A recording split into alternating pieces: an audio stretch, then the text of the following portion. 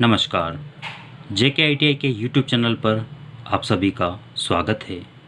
आज का हमारा टॉपिक है मेन पार्ट्स ऑफ ट्रांसफार्मर।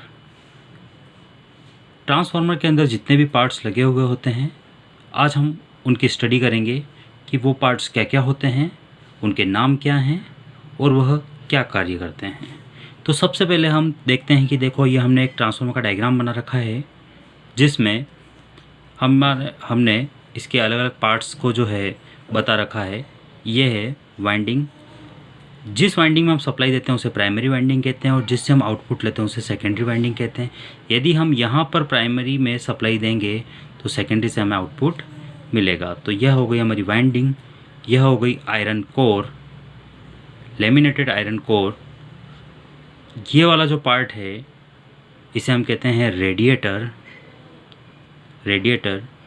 यह पूरा भाग जो है ये कहलाता है हमारा मेन टैंक। इसके ऊपर लगा हुआ होता है एक छोटा टैंक जिसे कहते हैं हम कंजर्वेटर टैंक।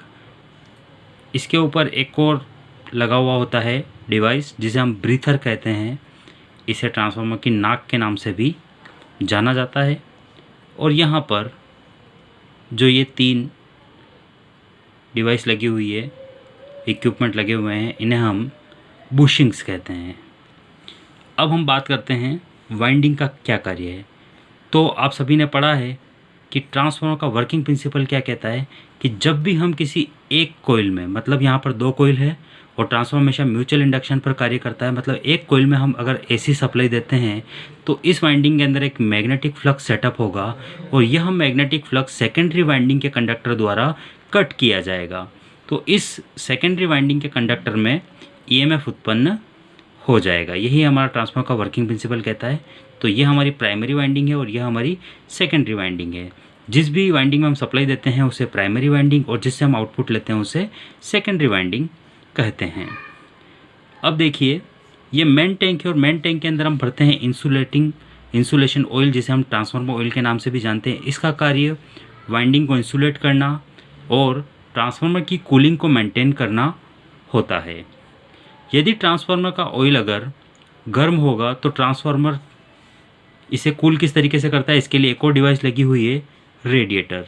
ये जो 2 साइड में पंख नुमा जो दिख रहे हैं आपको, यह इसके रेडिएटर हैं। देखिए रेडिएटर का कैसे कार्य करते हैं।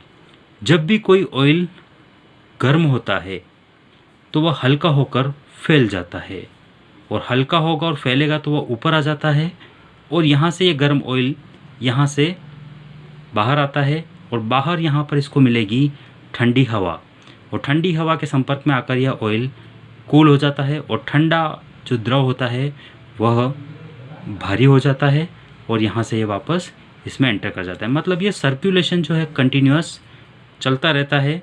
इसे हम कहते हैं air natural cooling.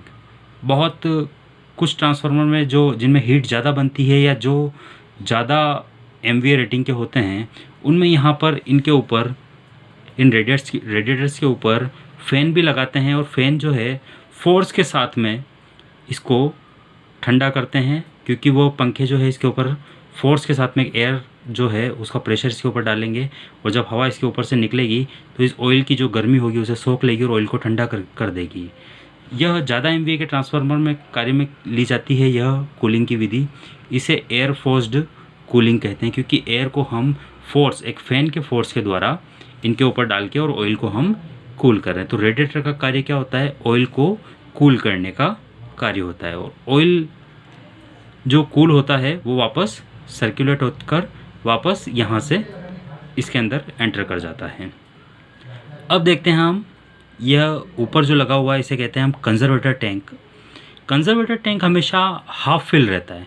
Half fill इसलिए रहता है क्योंकि हमें पता है कि जब भी गर्मी होगी तो गर्मी के मौसम में ऑयल गर्म होगा और कोई भी चीज़ गर्म होकर फैलती है।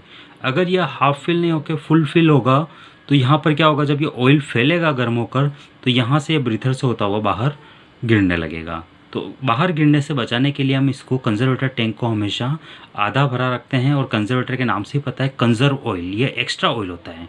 ठीक है। तो सर्दी के दिनों में जब यह ऑयल ठंडा होकर सिकुड़ेगा तो कहीं वाइंडिंग के ऊपर जो हमारा इंसुलेटिंग ऑयल है वो हट ना जाए।